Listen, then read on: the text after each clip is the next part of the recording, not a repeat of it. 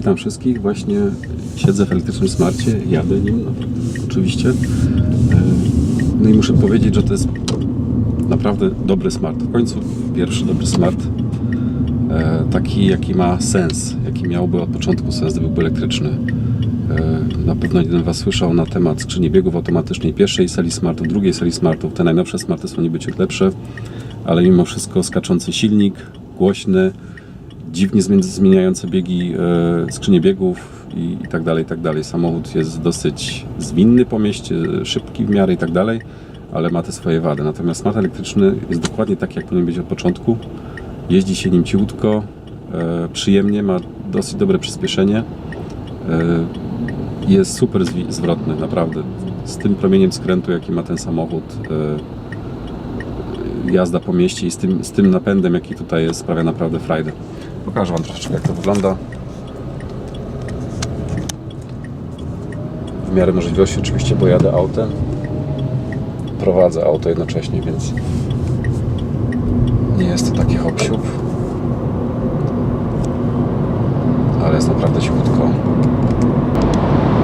Jakiś policyjny bus siedzi mi na kofrze i co się od razu rzuca w uszy, to to, że to auto jest niesamowicie ciche i słychać wszystko dookoła. Szczególnie w tunelu. Łącznie z policyjnymi busami w dieslu. Żądałem się zaraz mały test przyspieszenia zrobić, jak to wygląda. Od 0 do 50 oczywiście. Tyle ile jest nam wolno. Tutaj na razie muszę tylko zakręt wykonać. I pełny gaz. O, muszę powiedzieć, że całkiem zwinnie. Naprawdę całkiem zwrotne auto. Szybkie. Jeśli chodzi o przyspieszenie. Zaraz zrobimy ponowny test.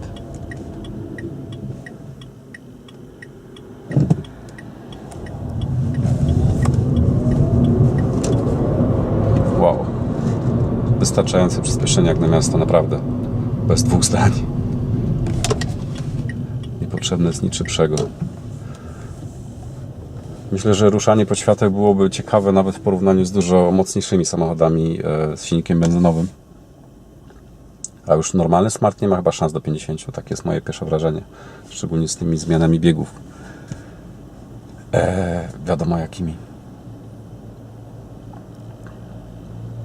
Jesteśmy właśnie na Potsdamer Platz w Berlinie,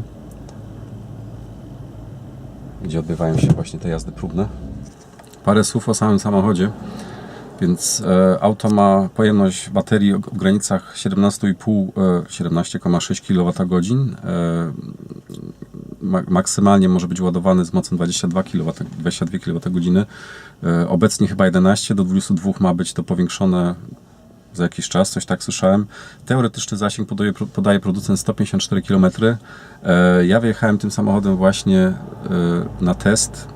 Miał około 92% baterii. W tej chwili jest około 85. Nie wiem, przejechałem max 10 km. Pokazywało 109, jest 98. Przy czym domyślam się, że ludzie, którzy jeżdżą tym autem w ramach testu nie jeżdżą oszczędnie, tylko próbują tak jak ja zobaczyć, jakie jest przyspieszenie tego auta i tak dalej, więc nie ma się co dziwić. Przyspieszenie teoretycznie 11,8 do setki, do 50 było bardzo szybko, muszę powiedzieć. Prędkość maksymalna 130 na godzinę, więc do ruchu miejskiego absolutnie wystarcza. Na autostradzie miejskiej nie trzeba jakoś się za tirami chować i tak dalej, można spokojnie wyprzedzać. Tak jak powiedziałem, można go ładować z mocą maksymalnie 22 kWh. Teoretycznie od 0 do 80% można go załadować w około 40 minut. Podaje smart z gniazdka domowego ładowanie od 0 do 100% w okolicach 6-7 godzin.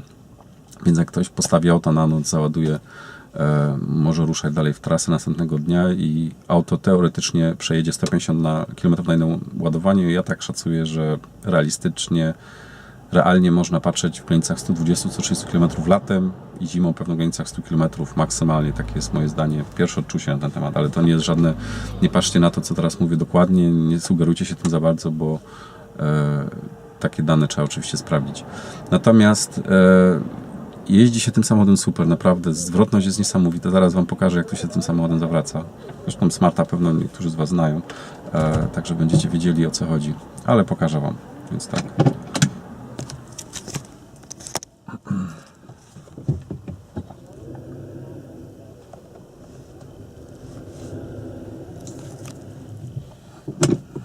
Możecie sobie zobaczyć, jak to wygląda zawracaniem.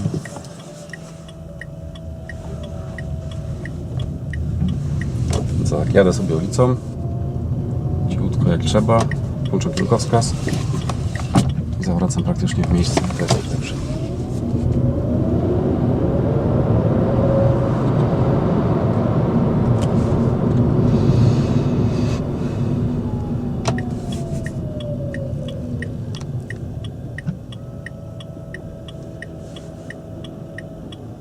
No niestety przed koniec testu to muszę za chwilkę zwrócić. Jestem pod dużym wrażeniem tego samochodu.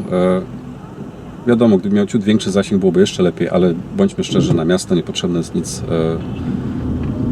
z większym akumulatorem, który jest też cięższy i dłużej się ładuje i tak dalej, i tak dalej. Super samochód.